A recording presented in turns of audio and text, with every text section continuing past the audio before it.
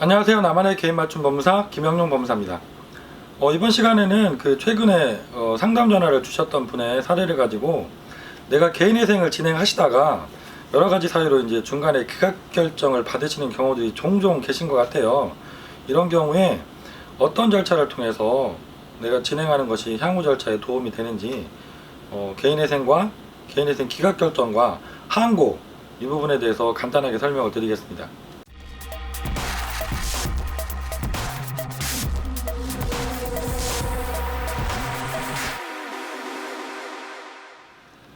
개인회생이 중간에 개시결정전에 기각되는 가장 큰 사유는 보정을 이행하지 않은 경우인 것 같습니다.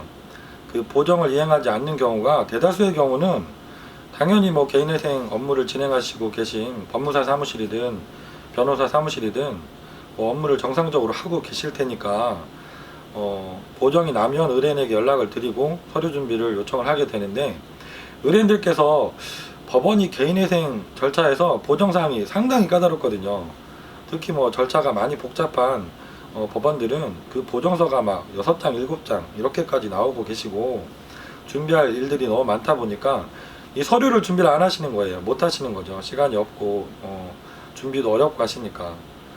그래서 이 보정기간을 놓쳐가지고 서류를 제출하지 못해서 기각되는 경우들이 대다수인 것 같습니다. 그리고 특이하게 또 가끔 이렇게 진행하는 사무실이 실수를 해서 아니면 성의가 없어서 그 보정이 났는데도 보정 연락조차 의뢰인께 하지 않아서 의뢰인은 보정이 났는지도 모르고 기각이 되었다. 그래서 상당히 이렇게 막 화가 많이 나셔가지고 저한테 재상담을 요청하시는 분들도 계시거든요. 이렇게 어쨌든 개인회생 우리가 접수를 하고 개시결정 전에 기각결정이 중간에 난 경우에, 대부분의 경우는 보정을 이행하지 않은 경우라고 말씀드렸습니다. 이 경우에 구제하는 절차는 항고를 할 수가 있습니다.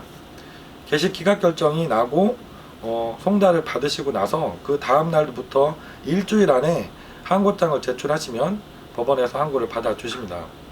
이 항고를 진행할 때는 당연히 내가 서류를 제출하지 못해서 기각이 났다면 그 보정해야 되는 서류를 다 같이 준비하셔서 항고장과 함께 제출해 주셔야지 됩니다.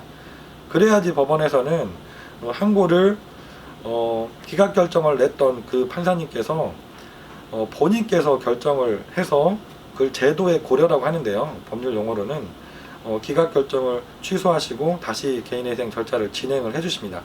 그러면 이게 절차가 아주 시간도 짧게 바로 이어서 진행이 가능하시거든요. 근데 예를 들어서 내가 서류 준비를 못하고 우선 급해서 항고장만 제출했다. 그리고 서류를 아직 한참 동안 내지 못하고 있다. 그러면 그 기각결정을 했던 원심법원에서는 항고장을 항소법원으로 올리게 됩니다. 그러면 이제 항고심으로 진행이 되게 되죠. 지금 전국 법원을 보면 유사하게 짧게 걸리는 법원이 6개월은 걸리고 있는 것 같고요. 보통은 1년 가까이 항고심이 진행이 되고 있습니다. 그렇다 보니까 기각결정을 받고 항고심만 진행해도 1년이 걸린다고 하면 그 시간이 너무 길고, 또 항고심에서 항고를 인용해 주라는 보장도 없기 때문에 불안하면서도 기다리셔야 되죠. 이런 경우에는 차라리 항고를 취하하시고 개인회생을 취하하시고 개인회생을 다시 준비해서 재신청이 들어가시는 게 훨씬 더 시간상 유리할 수 있습니다.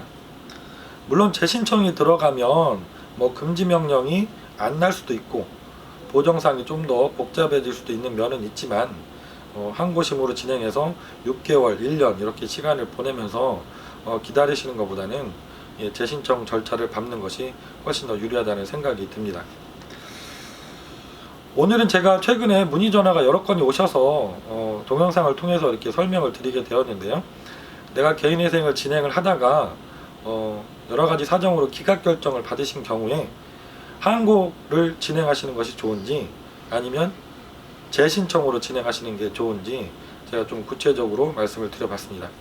이 부분도 지금 내가 기각결정을 받고 어떻게 될지 고민이신 분은 김영용 법무사에게 연락 주시면 제가 통화가 되면 정말 좋은데요.